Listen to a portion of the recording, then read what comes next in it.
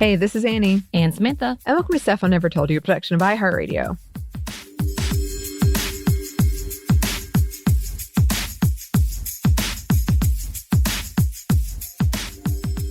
And we are back with another happy hour. Yes, we're still in limbo. We haven't started our Sex and the City viewing yet, but we will be coming back to season 3. And honestly, there's a lot to talk about and just like that. So I'm wondering if we need to take a pause to revisit that show. Yes. Maybe. Yes. I feel like we need to do season 3 first before we come back to that, but we're so outdated that way because season 3 does incorporate a big character. I feel like I just gave everything away. Start with an A. Maybe. Yes, I think, okay, because I got a lot of questions. I got a lot of, But I feel like we need to introduce that certain character before we talk about this new revamp. But all that to say is we're coming back, I swear to God. But right now we're just in a bit of a limbo because there's a lot of stuff happening. As you know, we released a book. Dragon Con is happening. And if you don't know, Annie's been preparing all year for this. So it's a thing. It's a thing. And then my birthday's coming up where I decided I'm going on a trip. And then Anney is going to go to Universal for the Last of Us Halloween themed haunted theme park. Is that what it is? Did I say it right? Yeah, sure. All the things. So we got a lot of plans. When it comes to like fall and the holidays, it's heavy duty. Yes. It's heavy duty. So we're doing a small hiatus. We'll be back before all of that stuff happens, I promise, with the Sex and the City. But just giving you a heads up about all the schedules. And that doesn't include our producers and executive producers, their stuff, because I'm sure they've got tons of stuff as well. And they should, because everybody needs a break. But yes, we are today coming back with a happy hour with, I've decided I'm going to do my wine session, Anney. Okay. But before we start... We are drinking, obviously. So if you are drinking, but if you are doing it, whatever you're doing, we always say be responsible, be kind to others as well as yourself, and know your limits. So follow those things and we're all good. At this very point in time, whatever we're talking about, we are not necessarily being sponsored by them. Things do change. Who knows? Maybe someone loves us to give us drinks. Who knows? But right now, that's not the case. So with all of those things in place, Anney, what are you drinking? I'm drinking some concoction that my friend, in my last wine, I mentioned that I had a surprise party that kind of went awry. Well, they brought all of these. Oh gosh, that's not actually where they came from. They're older than that. So it was before that. But anyway, there's like drinks in a tube. And I put one in there. Drinks in a tube. Yes. I didn't even look at the flavor. It tastes like strawberries and peaches. That is a concoction. I was in a hurry. I thought it'd be fun. Mix it up a little bit. And there she is, completely sloshed. I'm just kidding. Oh, no. I'm just kidding. Well, that's delightful. I love that that's the concoction. I don't think I could do that. My old self would be like, nah, that looks like a headache. So absolutely not. That's fair. Yeah. But for me, I decided I'm also going to partake because today's been a stressful day, I feel like. But I'm drinking makgeolli, which is a Korean rice wine. Very low alcohol content, but it's a peach flavor. And I really, really like it. I have a feeling if native Korean listens, they'll be like, don't do flavored drinks. That's fair, but I am not native enough to care. So I find it delightful. And I also bought the makgeolli drinking bowls, which are like, Anney, I'll show you. Oh, cool. So I was like, yeah, I'm going to be authentic and get this. So I'm real role playing with my ethnicity here. Well, it's a very beautiful bowl. Piece. Yeah. Thank you. By the way, if you get those, do not put them in the dishwasher. Okay. Don't do it. But I don't have a dishwasher, but all right. That's right. You also don't have makgeolli right now, so you're fine. There we go. I'm safe on both counts. But today in my Bitch and Wine session, so we did have a whole radio tour. If you listen to our Feminist Around the World, you might have heard about our book and how we had a radio tour that same day. And we were very, very, very nervous. I was freaking out a little bit the night before. trying to figure out what I wanted to do, practicing things. I think I texted you early morning. I was like, we need to get together. Like, I sent you 6 texts because I was freaking out. I apologize in advance. And I've apologized now, not in advance. Because I was like, we got to talk because I don't know what's happening. I don't know what this is. We got a sample from our marketing people who are fabulous people who really were like reassuring to us because we were like, we don't know. We don't know if we want to do this because with the climate as it is, we don't know if it's going to be a kind interview. Are they going to attack us? Are they setting us up? Is this one of those gotcha type of things? If it's live, we don't know. I'm not good at live. I'm not great at live. For me, I get into my head and I talk too fast. I trip over my words and then I forget what I just said. I am amazing, y'all. So a lot of this was like really like, oh my God, what do we do? So we got the sample of another interview and it was nice to hear, but I'm not going to lie, it made me a little more nervous when I heard it. And I told you that I'm like, I can't listen to more than, like, because it was like an hour and a half long because it was a 2-hour thing, 10 to 20 minute interviews with different people. And we had like 5-6 radio shows that we called into nationally. So I didn't know what to expect. You never know. And then because we are a intersectional feminist show and an intersectional feminist show with a book that has abortion, rape kits, queer content, civil rights stuff, everything that everybody is considered woke, essentially, which is now a negative word as rebranded by the conservative people and leaders. So it's kind of one of those things like, what are we walking into? And I'm not the best at confrontation, but I do get mad. You're better at it than me. But I think we both have our like strengths and weaknesses in it. And I will say, y'all, and I bragged about it previously, Anney did a killer job. I was like, oh, damn.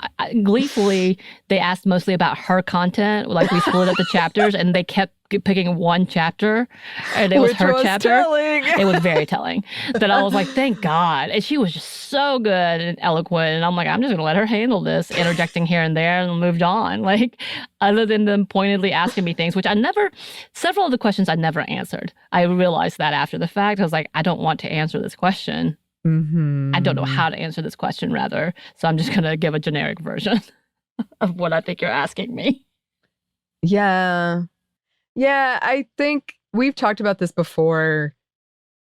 It's a frustrating thing when you have to sit down with your marketing team and say, look, I'm worried that because of the content we wrote,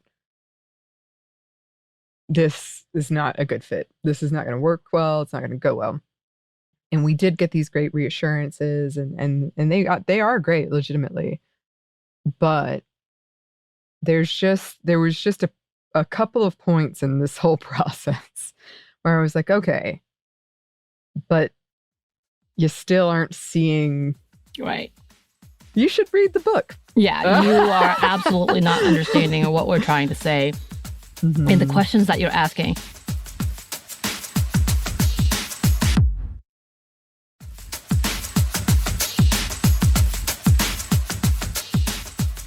So we had a review, which was a glowing review. But again, me being a negative Nancy as I am, I see something that's minutely negative. And I'm like, oh, they said this.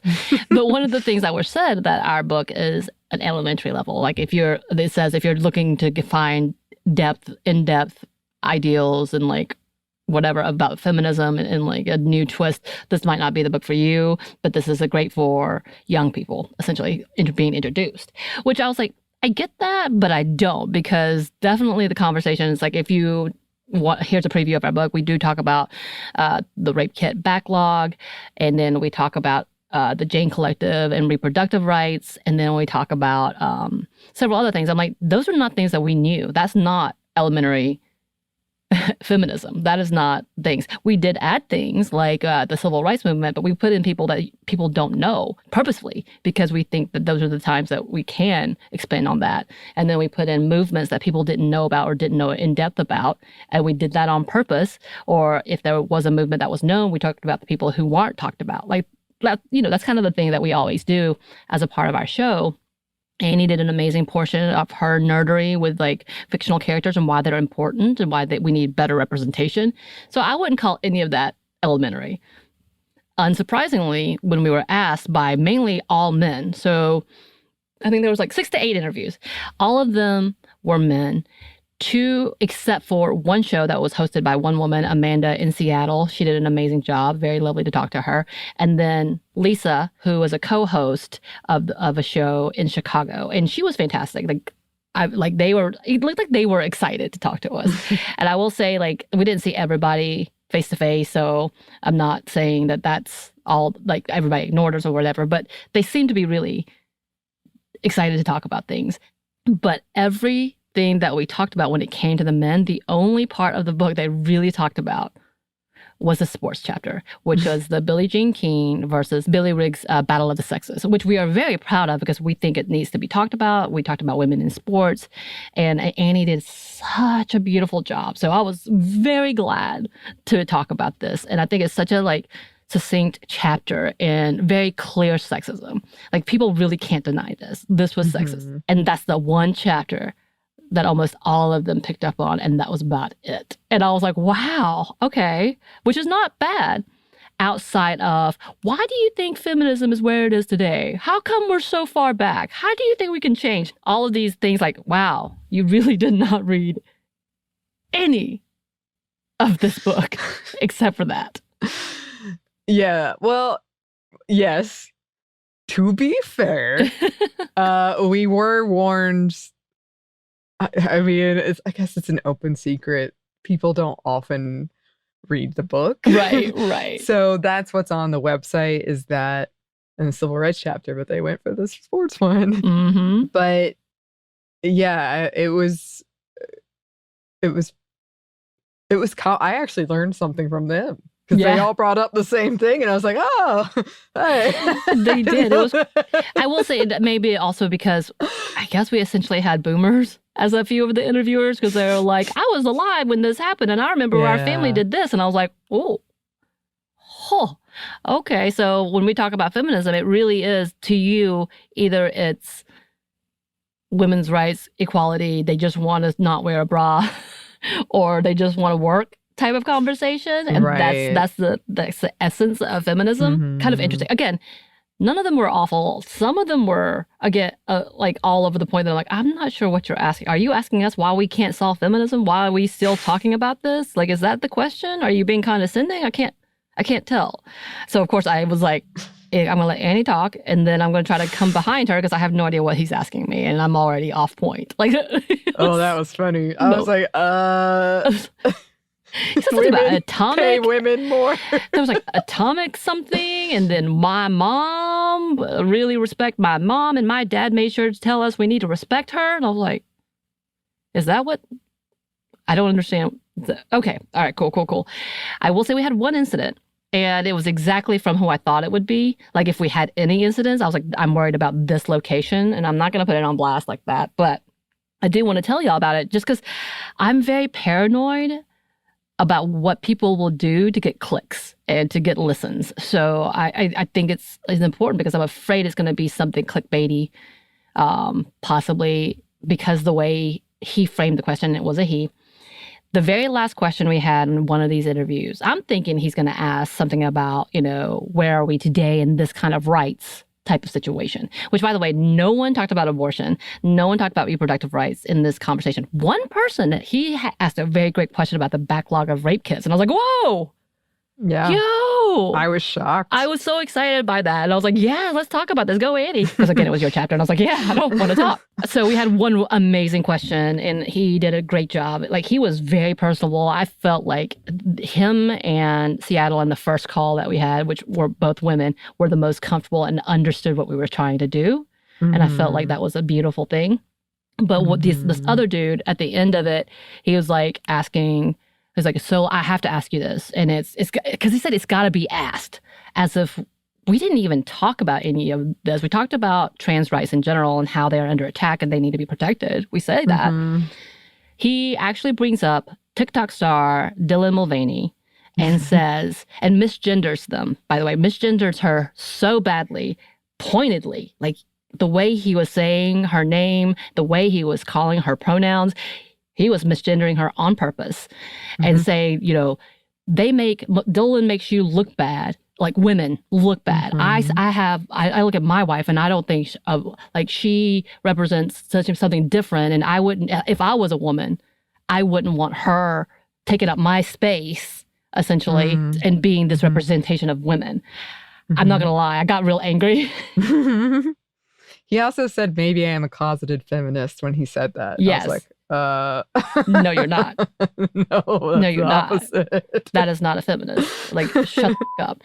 So obviously doesn't like feminism himself. So I still can't figure out why he wanted to interview us. Because except for that one question, he didn't really ask anything out of pocket. So I was kind of shocked when he did this. And so immediate reaction was, first of all, she's a woman. She's a transgender woman, so she's a woman, and we're going to respect her pronouns. That was the first thing. I felt like I was talking to a child, which I was like, we're going to respect her pronouns, and she does go by she. She is a woman, and so we are going by that. Secondly, why would I try to point at her and say she's a representation of all women? Women are different. And my point was like, I'm very different from Anney. Our interests are very different. I'm not going to call you out, but I'm like, our sexual preferences are different. So I'm not really sure why you would compare us that way. And I even said, my mother and I are very different. We come from different worlds, and I don't want to be her either.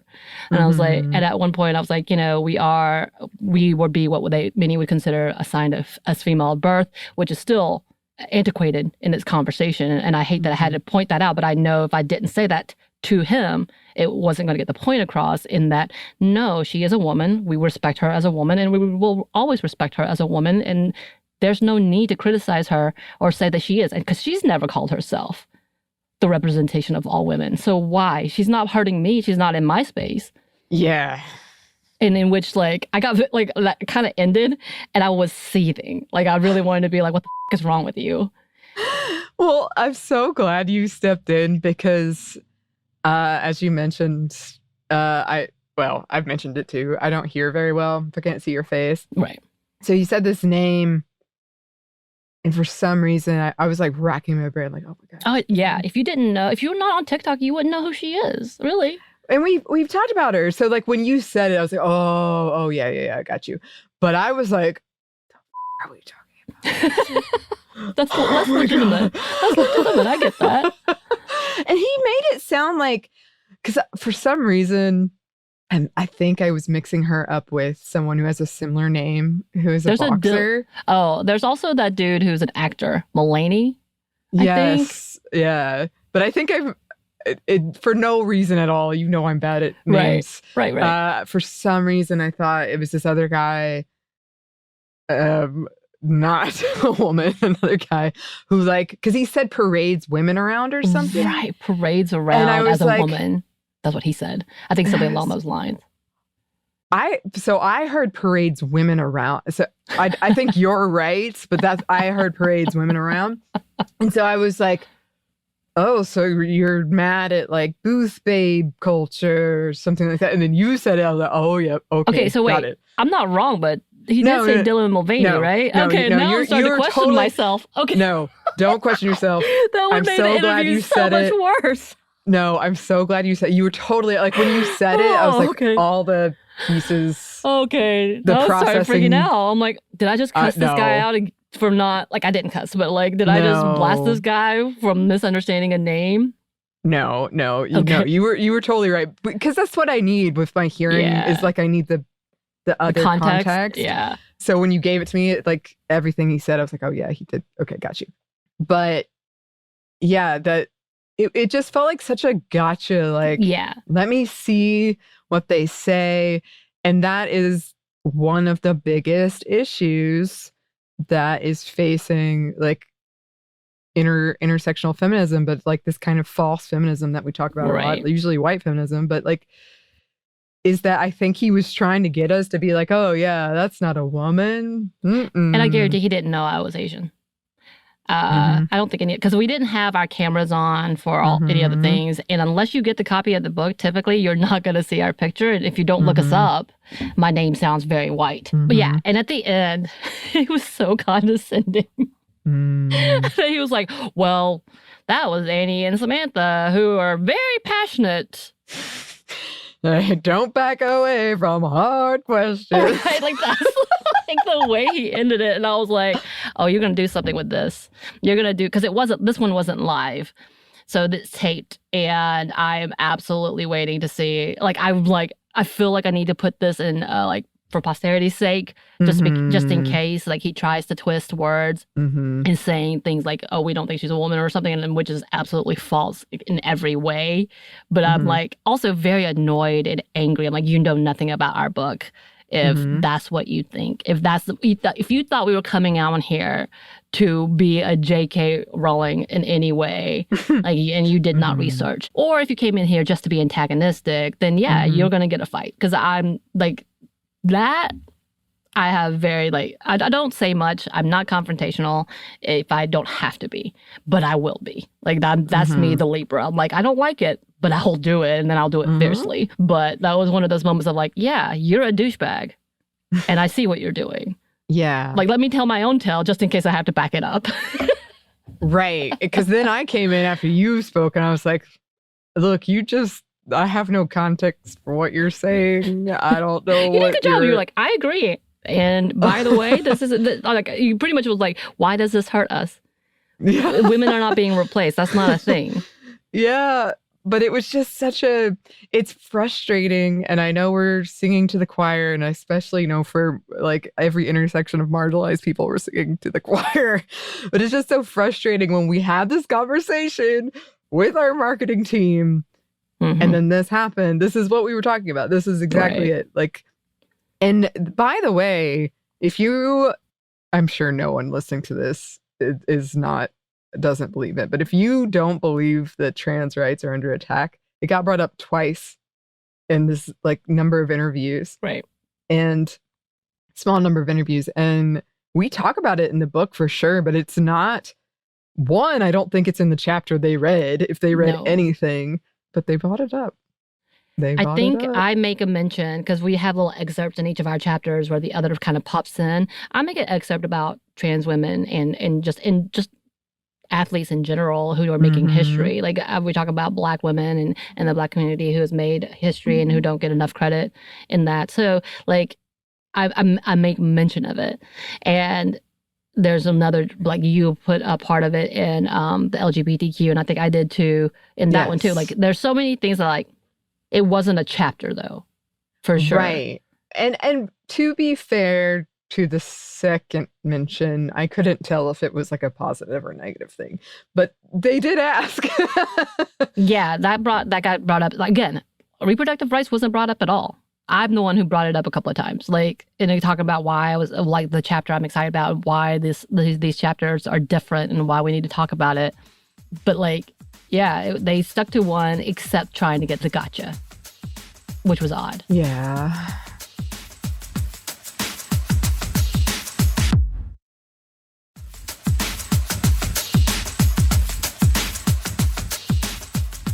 I know we talked about this in the feminist around the world, but I get it, but it was interesting how many people were like, feminism is a bad word. Why is that? And like, oh, well, let me go over it. But it just felt like this is the annoying thing about having a book like this. Right. Where we can't it has to be, everyone's being careful about it. Everyone, or trying to get a gotcha from it or something like that. It's like, why can't we just... Again, as we talked about, like, every time people have a turn in their life, again, this was me in college and being told what a feminist is, and a person saying they're not a feminist. And this was 2001, 2002, so 20-something years ago, 22 years ago. And again, we're still having this conversation. And then the one person, one host who asked us, we should be so much further down the road, as if it's our fault. And I'm like, bro, you're the one that's from the generation that really held back. So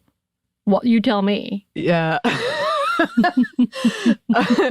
And I was telling Samantha, like, we were panicking before this. Yeah.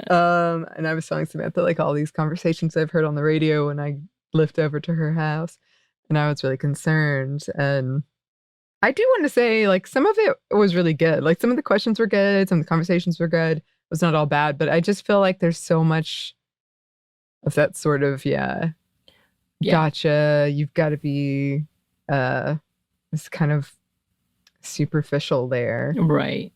Of, well, what's your book about? Women do this, right? Right. And then we couldn't be like, we couldn't entail everything in trying to talk about the basis of feminism, which is why we're like, there's a lot that's been happening in years and it's constant fights. So what do you want us to break down exactly in three minutes? Do you want us to talk about the book or do you want to talk about feminism? What is it? Because it is one and the same, but again, at least the book is succinct. We can give you exact examples of what we're talking about in different like outlets. But yeah, I think the biggest thing is, we have a lot of work to do. We have a lot of conversations, and unfortunately, in these conversations, people have to be ready. Yeah. If not, we get into these cyclical things of like, but why? But no, this is bad. Or the trivial, misogynistic take on what it is. And it's just, women want to be out of the kitchen. Okay, that's fine. Go make your money. Be happy to be single. And we're like, yes, we are happy to be single. Thank you. Yeah, we got asked about like a Prince Charming. Yes. When you didn't answer, so he asked us a couple of those questions and included the Prince Charming. Annie didn't answer. So he turns around and goes, so Samantha, tell me about this Prince Charming. There's nothing about that in the book. And I was like, you know what we talk about? Fictional women who are their own heroes. How about that? Or anti-heroes. It was a great answer. You're welcome. Because he asked it twice. That's what blew my mind. And you didn't get the answer, so he asked me directly, why you don't want to talk about Prince Charming? And I was like, we don't need it. Why would we need that? I should have been like, have you heard of Princess Leia? Well, that's why I was like, we talk about women in fictional carrying themselves, and that's what we care about. I think I told him a whole bunch of stuff. I think I talked about the Jane Collective doing it on their own. I think then I finally came back to the question. I was like, but then the fictional portion, and this is the best we got. Ourselves. Yeah. I guess also, thank you, Samantha. I feel like we really came in when the other was needed. You did a great job. You did too. But also, if you happen to hear any of these things, we are not media trained. It's just funny to say because our job is but media. we have a script, and it's you and I. Right. Not trying to get you. No. But also, it was very enlightening in a lot of ways about the work that we've got to do, for sure. I think there needs to be more women in radio. That's the other part to that. Yep. I agree. I was thinking we should talk about that. I wondered if we could get Amanda from Seattle on our show. Would you want to talk more? If we offer her a virtual cheese plate, like we kind of did in that interview, then maybe. Well, those came into play. Sometimes you gotta have a virtual cheese plate. Right. But well, thank you for letting me whine about what today was. Again, a lot of it was interesting and enjoyable to a certain degree, but a lot of it was very telling about what the industry still looks like today. Yep. And just stressful. We had to get up early. So stressful. We had to be on.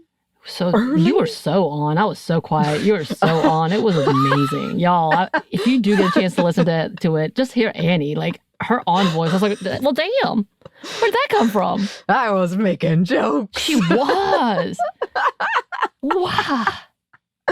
But that's part of the problem. I'll end it on this. That's part of the problem is when you're worried about when you're making jokes with someone and then they say something, you're like, oh no, please don't clip this or make it sound like we're friends. But that's we did it. We did it. Look at us. Look at us go. Well, cheers to that. Cheers. Yes, and cheers to you listeners. We always appreciate you. If you would like to contact us, you can, which by the way, we spoke very highly of you on these, as we should, because in you these are awesome. This radio tour. You can email us at stuffmediamomstuff@iheartmedia.com. You can find us on Twitter at momstuffpodcast or on Instagram and TikTok at Stuff I Never Told You. We also have a TeePublic store, and we have a book and an audiobook that you can get at stuffyoushouldreadbooks.com. Thanks as always to our super producer Christina, our executive producer Maya, and our contributor Joey. The best in the business. Yes. And thanks to you for listening. Stuff I Never Told You is production by iHeartRadio. For more podcasts from iHeartRadio, you can check out the iHeartRadio app, Apple Podcasts, wherever you listen to your favorite shows.